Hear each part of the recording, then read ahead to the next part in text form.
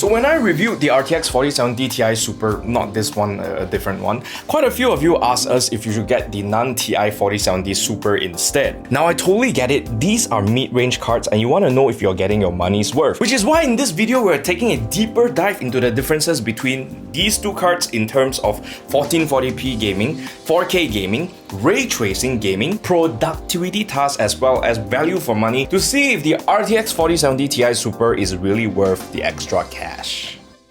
As a recap, the RTX 4070 Ti Super just got beefed up with an 8103 chip that is the same one that you'll find in an RTX 4080. I'm talking about 18% more CUDA, Tensor, and RT cores.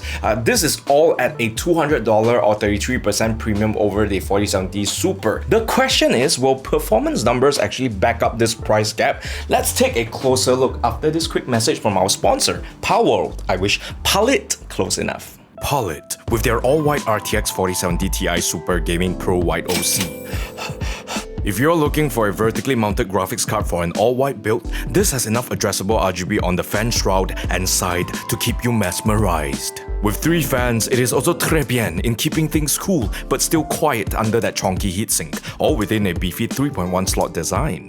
In case you didn't know, Palit was founded in 1988, wow, older than me, and is currently in over 60 countries including Malaysia. The name Palit actually comes from the word palette because their graphics cards very bling, super colorful, just like us creators and gamers. Palit, because your pals say you're worth it. Different enough, won't get sued, right? Okay. Anyways, here's our test bench setup with that trusty same old i9 13900K. Now let's kick things off with 1440p gaming.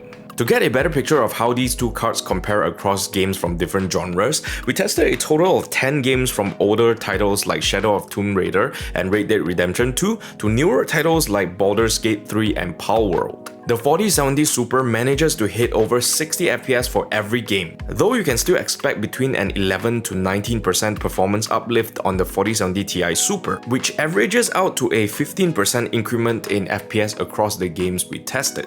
So as you can see, for 1440p, the RTX 4070 Super non-Ti is perfectly capable, except for a few fringe cases. Next, let's talk about 4K gaming. The performance gap widens quite a bit, especially in games like Shadow of the Tomb Raider, Resident Evil 4, Hogwarts, and Palworld. While the 4070 Ti Super might not hit 60 FPS for a couple of these games, it is a lot more playable than the 4070 Super in 4K. We're talking about a 13 to 26% performance uplift, which averages out to an 18% increment in FPS across 10 titles. The RTX 4070 Ti Super is obviously the better choice for 4K gaming, though it still does struggle a little when it comes to more demanding titles in ultra settings. Moving on to ray tracing.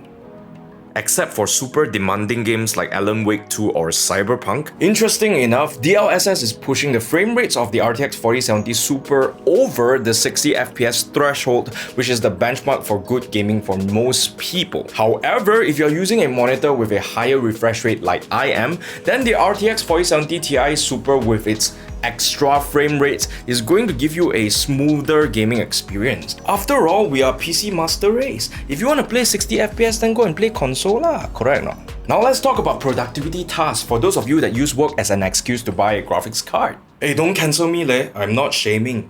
Do what you gotta do. For productivity tasks, whether or not you will benefit from buying the more expensive 4070 Ti Super depends mainly on how the type of work you do utilizes VRAM. In content creation alone, while it made no visible difference in Premiere Pro, the 4070 Ti Super is the obvious choice for DaVinci Resolve. The same can be said for 3D work in software like V-Ray. 15% might not seem like much, but you'll definitely feel it while tweaking and rerunning renders over and over. Which brings us to the argument of value for money. At a first glance, the 15 to 18% performance uplift does not tally with the 33% price premium. You could say the same about the 4080 Super, which is another 25% more expensive than the Ti Super, but while we're used to seeing diminishing returns with high-end components, we are not really used to seeing that with mid-range 70 grade cards like this. However, I must emphasize that while 12GB of VRAM seem to be enough for most current gen titles in high and even ultra settings,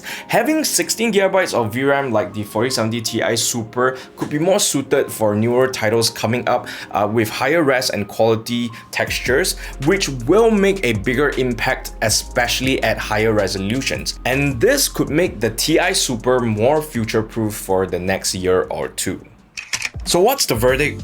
Okay, if you want the best value for money in the mid-range and you only intend to game in 1440p, then just go get the RTX 4070 Super. The RTX 4070 Ti Super is for people who don't mind spending a decent amount more for 4K gaming today, as well as to future-proof against VRAM bottlenecking tomorrow. It is also a better option for people who work with, for instance, DaVinci Resolve or 3D work that can benefit from the extra VRAM, CUDA, and RT cores. And that is everything I have to say about the RTX 4070 Super and RTX 4070 Ti Super. Leave a comment down below to let us know which card you're more likely to get and what kind of user are you. Also, if you find this video helpful, don't forget to like and share and subscribe to our YouTube channel to not miss out on more content like this, and don't forget to hit that notification bell, ding ding, and follow us on Facebook, TikTok and Instagram to see more shenanigans from the Mobhouse crew. Again, my name is Bangsawan Shane, and I will see you in the next one.